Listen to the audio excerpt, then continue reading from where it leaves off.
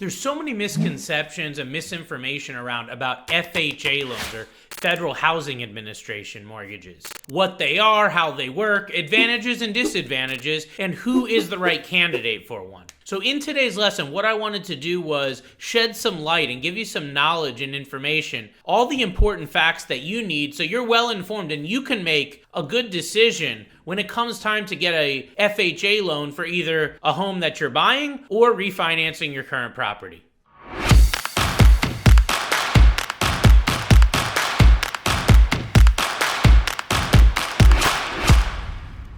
So what are some of the advantages of an FHA loan, let's say over like the home buyers? An FHA loan has lower credit score requirements. So like with a conventional loan, if you even have one point below a 620 credit score, you're going to be ineligible for a conventional mortgage, which are mortgages made by like Fannie Mae and Freddie Mac or backed by them.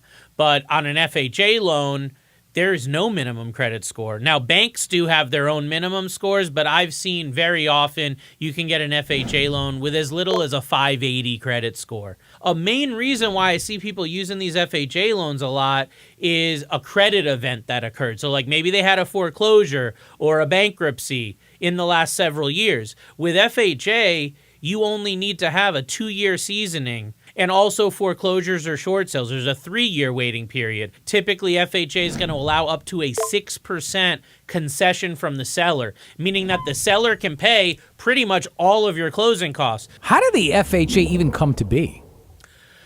So it was founded back by President Franklin Delano Roosevelt. He put in place something called the National Housing Act of 1934.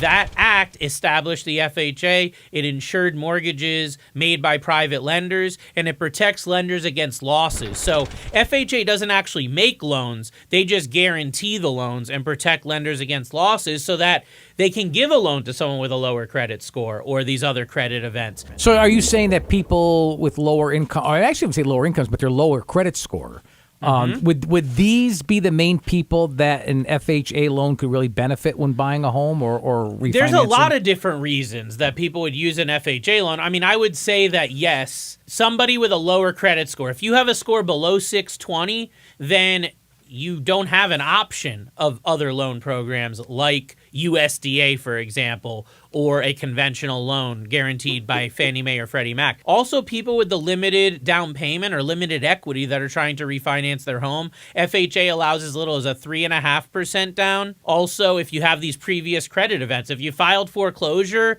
4 years ago, you're not going to be able to get a conventional loan, whereas FHA will allow that. If you had a bankruptcy 2 or 3 years ago, you're not going to be able to get a conventional loan. FHA is going to allow that. So it's really going to let you get back into the market in a really niche area where other loan programs just say, no, absolutely not. You don't meet the criteria. FHA is a lot more forgiving. FHA is a really good, I think it's actually the best loan if you're buying a multifamily home to live in a unit. So if you're buying a 2 to 4 family property where you're going to live in one unit and rent the others out, FHA is by far, like not even a question, the most favorable mortgage that you can get on a multifamily property. Can you discuss maybe some of the advantages of FHA loans for those who are refinancing and maybe looking to tap into equity in their home?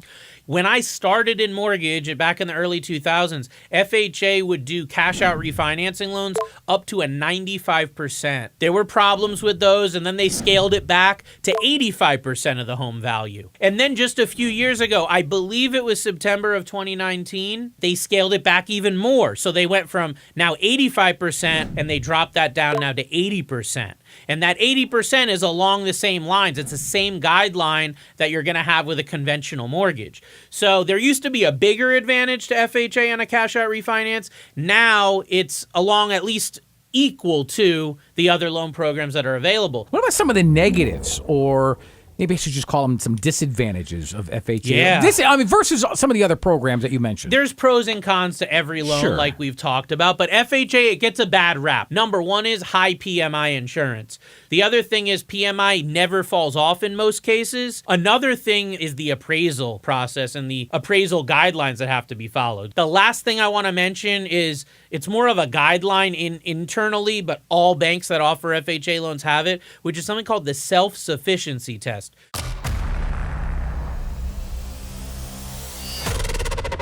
I hope now you realize FHA loans really aren't that scary, and for many people, they're actually an absolutely amazing loan product. If you found value in today's lesson, go ahead, smash that subscribe button, hit the bell so you get notified on all of our future content, and most importantly, please share this with somebody else that may find value. We're really trying to go out and put really good information and content out there. So if there's something that you'd like to see, go ahead and put it in the comments or reach out to me directly. I also do offer consultations. You can reach me at 860-413-3938 by call, text, or go ahead and shoot us a private message. Again, hope that helps, and take care.